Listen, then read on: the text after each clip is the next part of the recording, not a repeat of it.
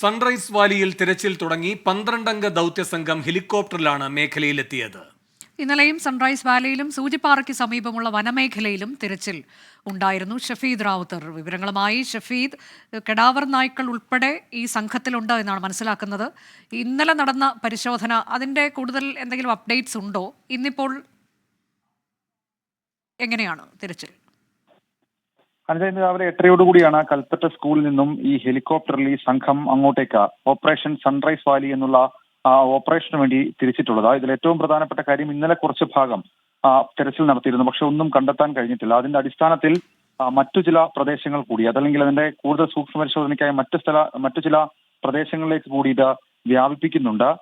ഈ 6 കരസേനാംഗങ്ങളും Kerala police special action ഗ്രൂപ്പിലെ SOGയിലെ 4 പേരും 2 വനംവകുപ്പ് വാച്ചർമാരും അടങ്ങിയ സംഘമാണ് ഇന്ന് 2 തവണയായി അവരെ അവിടേക്ക് എത്തിച്ചിട്ടുള്ളത്.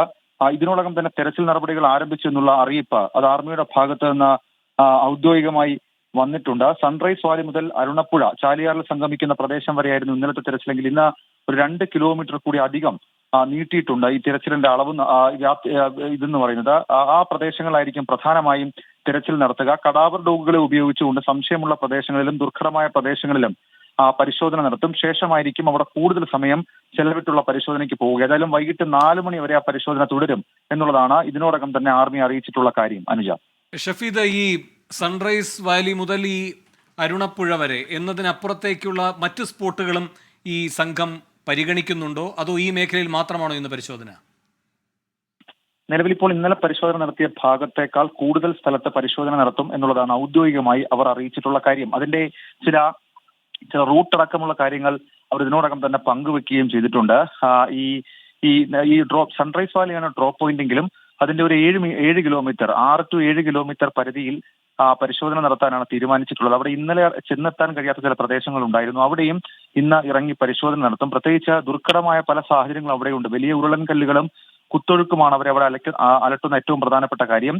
2 വെള്ളച്ചാട്ടങ്ങൾക്ക് നടുവിലാണ് ഈ പ്രദേശം എന്നുള്ളതും ഈ തിരച്ചിലിനെ സംബന്ധിച്ച് തടസ്സമാകുന്നുണ്ട്. പക്ഷേ അതടക്കമുള്ള കാര്യങ്ങൾ ഇന്ന് പരിഹരിക്കും. ഇന്നലെ ചെന്നെത്താൻ കഴിയാത്ത ചില സ്ഥലങ്ങളിൽ കൂടി ഇന്ന് പരിശോധന നടത്തും എന്നുള്ള കാര്യം ആർമി വ്യക്തമാക്കുന്നുണ്ട്. വേണോ? ശരി, ഷഫീദ് റാവുത്തറാണ് വിവരങ്ങൾ നൽകിയത്. സൺറൈസ് വാലി മുതൽ അരുണപ്പുഴ വരെയായിരുന്നു ഇന്നലെ തിരച്ചിൽ. അത് ഏതാണ്ട് 4 കിലോമീറ്റർ ആയിരുന്നു. ഇന്നിപ്പോൾ ഒരു 6 അല്ലെങ്കിൽ 7 കിലോമീറ്റർ വരെയുള്ള പരിശോധനയിലേക്കാണ് ഈ 12-അംഗ സംഘം കടന്നിരിക്കുന്നത്. ദുർഘടമായ മേഖലയാണ്, 2 വെള്ളച്ചാട്ടങ്ങൾക്ക് നടുവിലുള്ള പ്രദേശം എന്നത് ഈ ദൗത്യത്തെ ശ്രമകരമാക്കുന്നു.